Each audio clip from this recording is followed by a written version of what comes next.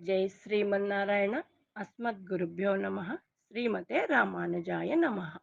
నేటి మంచి మాట. ఒకానొక సమయంలో హనుమత్ స్వామికి కూడా శనికాలం దాపురించింది.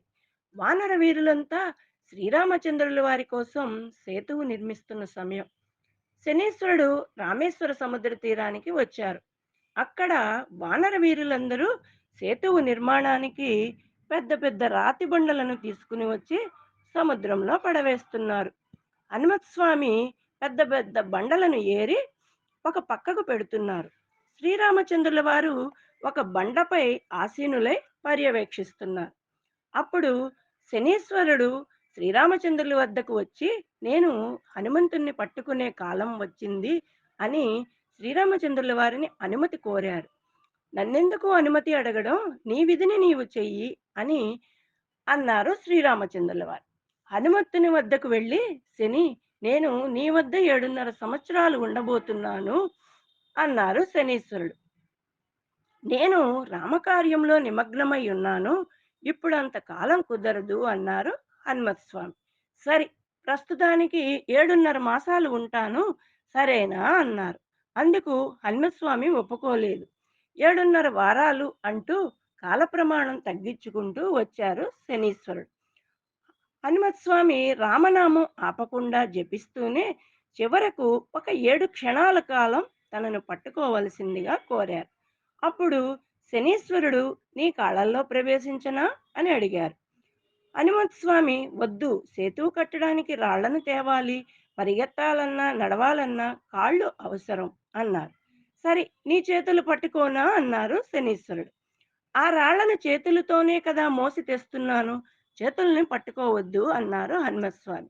అయితే నన్నేం చేయమంటావు, నీ భుజాలపైన ఎక్కమంటావా అన్నారు శనీశ్వరుడు. రామలక్ష్మణులను ఈ భుజాల మీద ఎక్కించుకుని వెళుతున్నాను, అందువలన భుజాలు ఎక్కడానికి వీలులేదు అన్నారు హనుమస్వామి. పోని నీ హృదయంలో ఉండవచ్చునా అని అడిగారు శనీశ్వరులు. ఈ హృదయములో మహాలక్ష్మీ రూపిణి అయిన సీతాదేవి, నా దేవుడైన శ్రీరామచంద్రులు నిరంతరంగా నివసిస్తూ ఉన్నారు, అక్కడ నీకు చోటు లేదు అన్నారు హనుమస్వామి.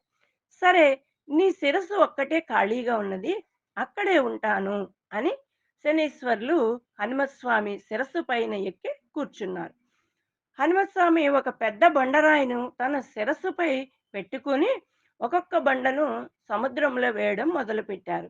ఆ బండరాళ్ల బరువును మోయలేక శనీశ్వరుడు కళ్ళు తేలేశాడు. మరో పెద్ద బండరాయిని హనుమ తన శిరస్సుపై పెట్టుకోనే గానే శనీశ్వరునికి ఊపిరి సలపక గిలగిలలాడారు. హనుమస్వామి ఆ రాయిని సముద్రంలో పడవేసిన మరుక్షణమే శనీశ్వరుడు హనుమ శిరస్సుపై నుండి కిందకి దూకేశారు. మారుతి, నీ వల్ల నాకు శ్రీరాముని సేవించుకునే భాగ్యం కలిగినది. నీవు సకల శక్తులకు అతీతుడువైన రామభక్తుడవు. నీ ముందు నా శక్తి చాలదు, నిన్ను నేను పట్టలేను, నన్ను వదిలిపెట్టు మహానుభావ అంటూ చేతులెత్తేసి ఒక్క పరుగు పెట్టారు శనీశ్వరుడు. హనుమంతుని ముందా మన కుప్పిగంతులు.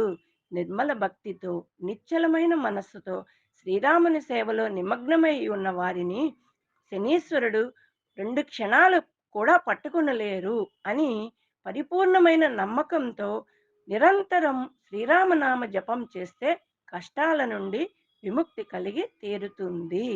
జై శ్రీమన్నారాయణ.